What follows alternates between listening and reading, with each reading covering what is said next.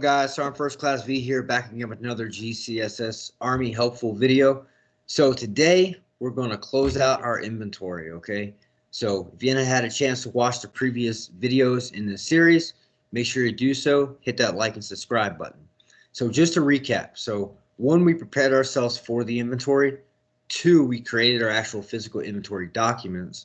3, we printed them. 4, we did the legwork and entered the counts from our inventories. And 5, we listed and printed our differences. Okay, so today leaves step 6. Now, if you watched my previous video, I told you the steps 6 and 7 can be done right from the last step. But I'm going to show you guys each step of the way. So without further ado, let's go into MI05 to change our counts. So in the event that you need to change a count, you can do it from the previous screen or the previous video like I showed you, or you can do it from this step here. So like I said, told you before, your physical inventory number, your plant, and your SLOP. You're going to hit execute.